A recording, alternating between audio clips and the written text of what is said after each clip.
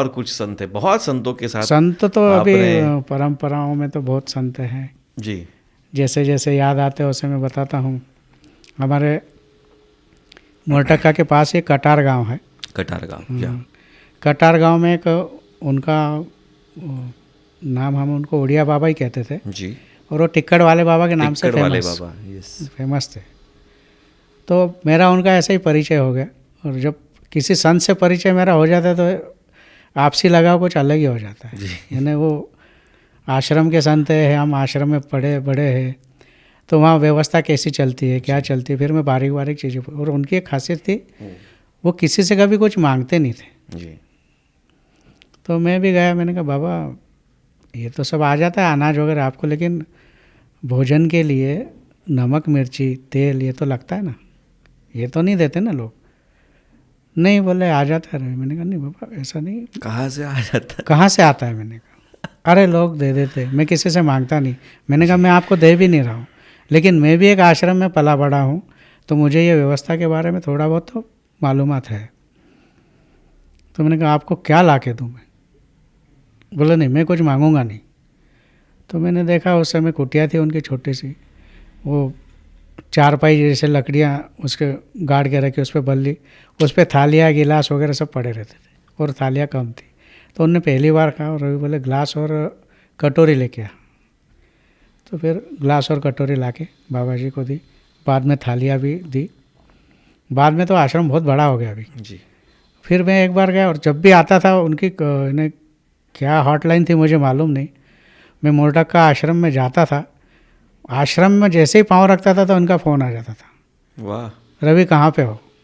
मैंने कहा बाबा अभी आश्रम में आया हूँ। तो यहाँ कब आओगे? मैंने कहा अभी मैंने पाँव रखा है, सिर्फ गाड़ी में से उतरा हूँ, बस दर्शन कर रहा हूँ। फिर शाम को आओगे? मैंने कहा मैं बताता हूँ आपको।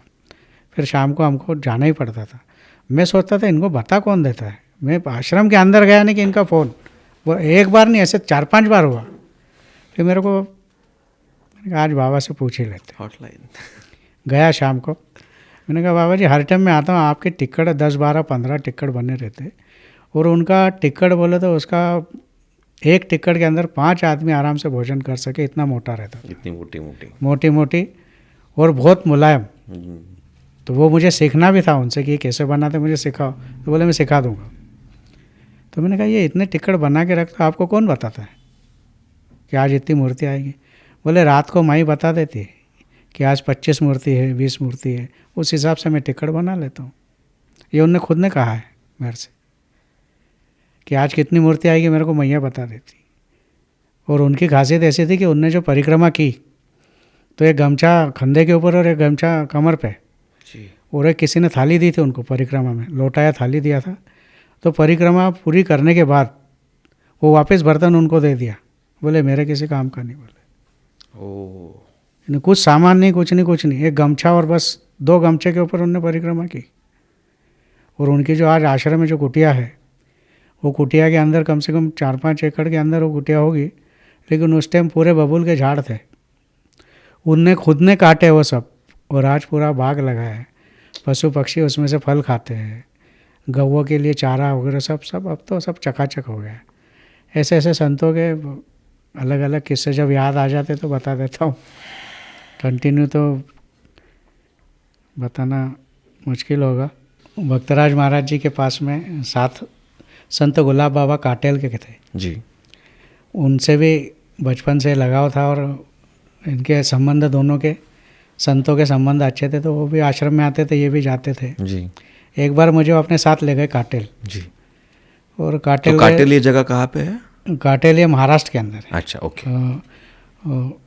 शेगांव के आगे, शेगांव के आगे, ओके। महाराष्ट्र में काटेल करके गांव है, और इनका कम से कम 60-65 एकड़ में आश्रम है जी जी काटेल में। जी काटोल करके गांव है जी शेगांव के आगे। तो मेरे को छोटा था जब लेके गए, तो चल बोले मेरे साथ घूमने, तो छुट्टियाँ लगी थी, तो मैंने कहा चलो बाबा के साथ घूमते। 8-15 दिन घुमा, लेकिन जब लेके गए तो बीच में कहीं उतर गए थे वो, दूसरी गाड़ी से आया और मेरे को पूरी बस के अंदर भेज दिया। और जब मैं रास्ते में भूख लगी मेरे को, तो मैंने देखा इधर उधर कुछ खाने को है क्या, तो उनके सीट के ऊपर लड्डू और चूड़ा रखा था। जी। तो मैंने निकाला और खाने को शुरुआत की।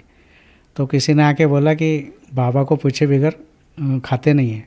मैंने कहा नहीं, मुझे तो भूख लगी है, आप बाबा को बोल देना मैंने खाया है कर। क्या बात। जो भूख लगी तो खाऊंगा, है तो खाऊंगा।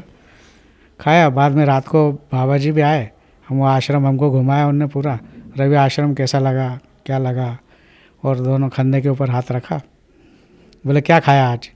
मैंने कहा अभी तो कुछ नहीं। बोले कुछ तो खाया होगा। मैंने कहा कुछ नहीं खाया। तो उन्हें नीचे झुके, वो 2 ईंट के टुकड़े लिए और हाथ कर बोले। तो मैंने ऐसा हाथ किया तो उसको घिसने के बाद में जो मैंने बस के अंदर लड्डू और चूड़ा खाया, सेव खाया, चूड़ा खाया था, वही लड्डू चूड़ा मेरे हाथ में दिया वो गुलाब बाबा ने। प्रकट हो गए वो चूड़ा और लड्डू। हाँ, वो दिया। तो मैंने कहा बाबा ये तो मैंने गाड़ी में खाया था। तो मैं वही तो पूछ रहा हूँ, बोले तेरे से क्या खाया था? तो तू बोले कुछ नहीं, इसलिए मैं तेरे को बताना पड़ा कि तूने क्या खाया था। ऐसे संत भी होके गए। बाप रे। उनका नाम संत गुलाब बाबा करके, पूरे भारत भर में, जग भर में उनके भी खुद से फॉलोअर्स है।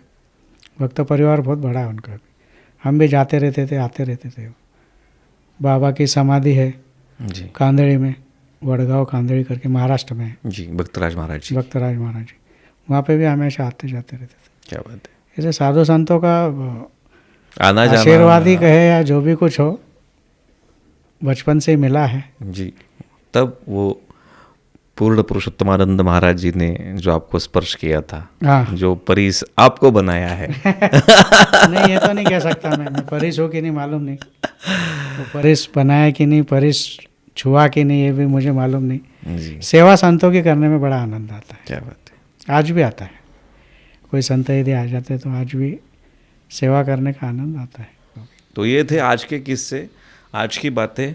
अगर कुछ पाना है तो मैया में डुबकी लगानी पड़ेगी, अगर कुछ जानना है तो हमारे साथ पॉडकास्ट में आना पड़ेगा। Thank you so much Ravi भैया, आपने बहुत अच्छी इन्फॉर्मेशन हमें दी, अच्छी अच्छी कथाएं सुनाई, और हम आपको छोड़ने वाले नहीं हैं। ये तो सफ़र अभी चालू, ये तो परिक्रमा अभी चालू हो रही है आपके साथ। ये वर्चुअल परिक्रमा है, पॉडकास्ट की परिक्रमा है, जिससे हम नर्मदा मैया को और समझेंगे, संतों को और समझेंगे। थैंक यू सो मच दादा। नर्मदे हर। नर्मदे हर। नर्मदे।